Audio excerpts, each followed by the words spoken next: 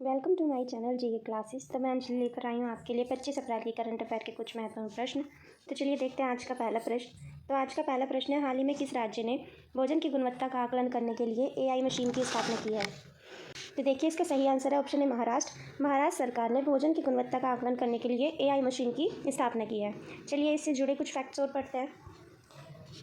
देखिए गढ़चिरौली के आदिवासी बच्चों के पोषण स्तर में सुधार के लिए महाराष्ट्र के एटापल्ली के टोडसा आश्रम स्कूल में, देखिए कहाँ पर किया गया है इसको, देखिए महाराष्ट्र के एटापल्ली के टोडसा आश्रम स्कूल में एक अनूठी कृत्रिम बुद्धि आश्रित मशीन स्थापित की गई है।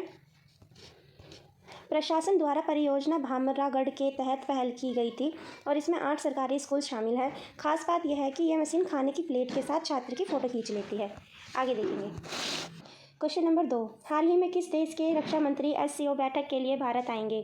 चीन के, जापान के, नेपाल के या इनमें से कोई नहीं? तो देखिए हाल ही में चीन के रक्षा मंत्री एससीओ बैठक के लिए भारत आने वाले हैं। चलिए जानते हैं इसके बारे में थोड़ा और। देखिए चीन के रक्षा मंत्री ली शांगफू, नाम देखिए इनका नाम क्या है, ली शांगफू।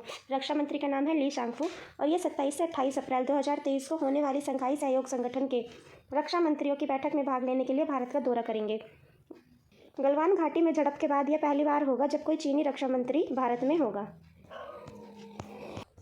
देखिए एससीओ में भारत, रूस, चीन, किर्गिज गणराज्य, कजाकिस्तान, तजाकिस्तान, उज्बेकिस्तान और पाकिस्तान शामिल है। कितने देश? नंबर 3, हाल ही में किस मंत्रालय ने देश भर में पहली बार जल निकायों की गणना की है? जल शक्ति मंत्रालय, विदेश मंत्रालय, गृह मंत्रालय या इनमें से कोई नहीं? तो इसका आंसर है ऑप्शन ए, जल शक्ति मंत्रालय। जल शक्ति मंत्रालय ने देश भर में पहली बार जल निकायों की गणना की है। अब देश शक्ति मंत्रालय ने देश भर में पहली बार जल निकायों की गणना की है। जनगणना में देश में 24.24 लाख से अधिक जल निकायों की गणना की गई है, जिसमें से 23 लाख से अधिक जल निकाय ग्रामीण क्षेत्रों में हैं और लगभग 69,000 शहरी क्षेत्रों में। जल निकायों की संख्या के मामले में शीर्ष 5 राज्य पश्चिम बंगाल, उत्तर प्रदेश, आंध्र प्रदेश, ओडिशा और असम है। याद रखिएगा जल निकायों की संख्या के मामले में कौन सा सबसे शीर्ष पर है? पश्चिम बंगाल। ठीक है, पश्चिम बंगाल के बाद उत्तर प्रदेश, फिर आंध्र प्रदेश, फिर ओडिशा और फिर असम। हाल ही में राष्ट्रीय पंचायती राज दिवस कब मनाया गया है? 24 अप्रैल, 25 अप्रैल, 26 अप्रैल या 28 अप्रैल? तो इसका आंसर है ऑप्शन ए, 24 अप्रैल। 24 अप्रैल को राष्ट्रीय पंचायती राज दिवस मनाया गया है। देखिए भारत में पंचायती राज संस्थाओं को बनाने वाले संवैधानिक संशोधन को चिन्हित करने के लिए हर साल 24 अप्रैल को भारत में राष्ट्रीय पंचायती राज दिवस मनाया जाता है। केंद्र और राज्य सरकारों के बाद पीआरआई भारत में शासन का तीसरा स्तर है। ठीक है, केंद्र और राज्य के बाद जो तीसरा स्तर है भारत में शासन का वो क्या है? पीआरआई। पीआरआई क्या है? पंचायत राज संस्था। ठीक है, यह दिन 24 अप्रैल 1993 को भारत में पहली पंचायती राज व्यवस्था की स्थापना का प्रतीक है। यानी पंचायती राज स्थापना कब हुई थी? तो इसकी स्थापना हुई थी 1993 में।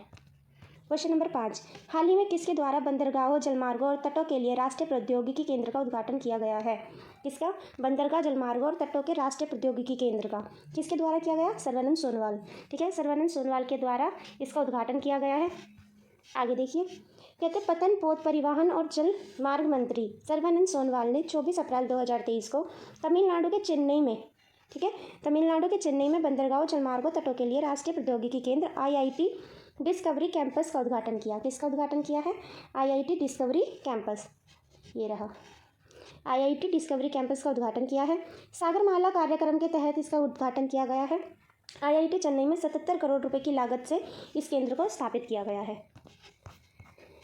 संस्थान के पास 2D और 3D जांच करने की विश्व स्तरीय क्षमताएं हैं। अच्छा, हाल ही में कहाँ पर खोंगजोम दिवस मनाया गया? कौन सा? खोंगजोम दिवस। तो खोंगजोम दिवस कहाँ मनाया गया? मणिपुर में। हाल ही में मणिपुर में खोंगजोम दिवस मनाया गया है। देखिए मणिपुर के मुख्यमंत्री एन बीरेन सिंह, कौन है मुख्यमंत्री मणिपुर के? एन बीरेन सिंह। इन्होंने 23 अप्रैल 2023 को खैबाचिंग खोंगजोम युद्ध स्मारक परिसर में 132वें खोंगजोम दिवस 2023 के आयोजन में भाग लिया।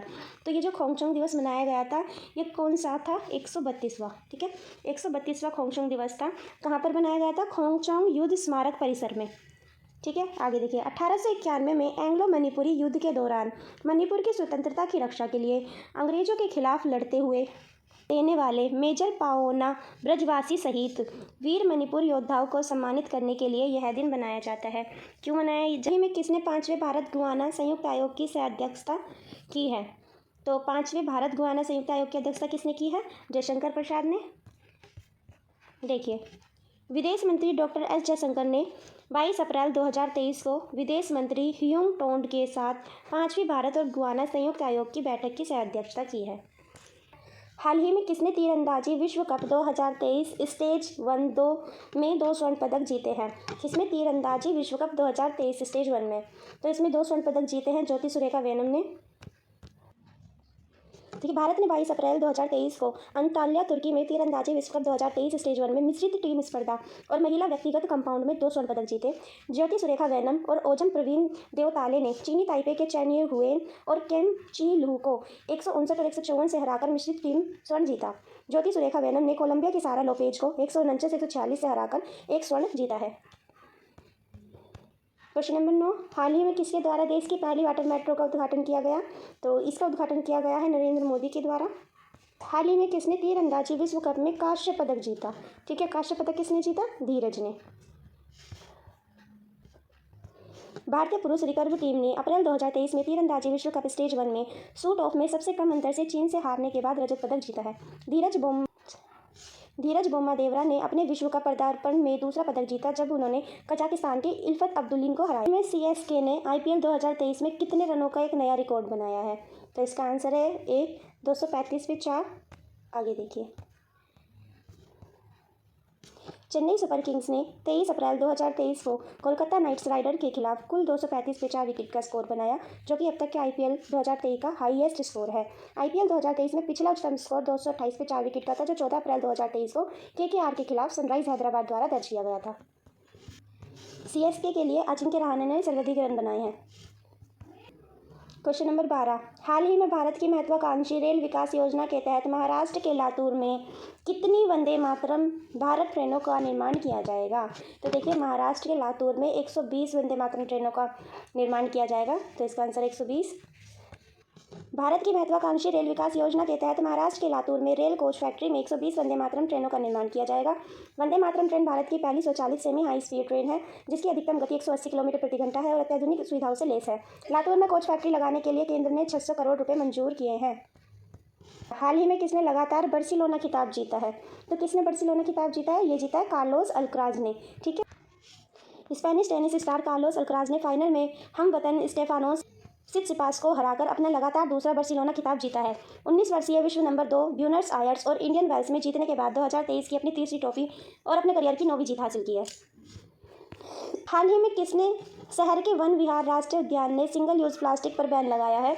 तो इसका आंसर है ऑप्शन है भोपाल। देखिए, भोपाल ने अपने शहर के वन विहार, ठीक है, वन विहार राष्ट्रीय उद्यान में सिंगल यूज़ प्लास्टिक पर बैन लगा दिया है। आगे देखिए, मध्य प्रदेश के भोपाल में वन विहार राष्ट्रीय उद्यान ने अपने परिसर में सिंगल यूज़ प्लास्टिक पर बैन लगाने की घोषणा कर दी है। 1979 में एक राष्ट्रीय उद्यान घोषित किया गया था इसको। यह लगभग 4.45 वर्ग किलोमीटर के क्षेत्र में फैला हुआ है। इसे एक राष्ट्रीय उद्यान का दर्जा प्राप्त है, लेकिन इस प्राधिकरण के दिशा निर्देशों का पालन करते हुए एक आधुनिक प्राणी उद्यान के रूप में विकसित और प्रबंधित किया जाता है। हाल ही में कैनरा बैंक ने किस बैंक इनोवेशन हब के सहयोग से फॉर्म 15G और 15H के डिजिटल सबमिशन के लॉन्च की घोषणा की है? तो इसका आंसर है आरबीआई। देखिए, आरबीआई बैंक के इनोवेशन हब के साथ इन्होंने समझौता किया है। देखिए, फॉर्म 15G इंडिविजुअल और form 15H individual senior citizen स्वयं घोषणा फॉर्म है, जो एक व्यक्ति बैंक को ब्याज आय पर टीडीएस नहीं काटने का अनुरोध करता है, क्योंकि उनकी आय मूल छूट सीमा से कम है।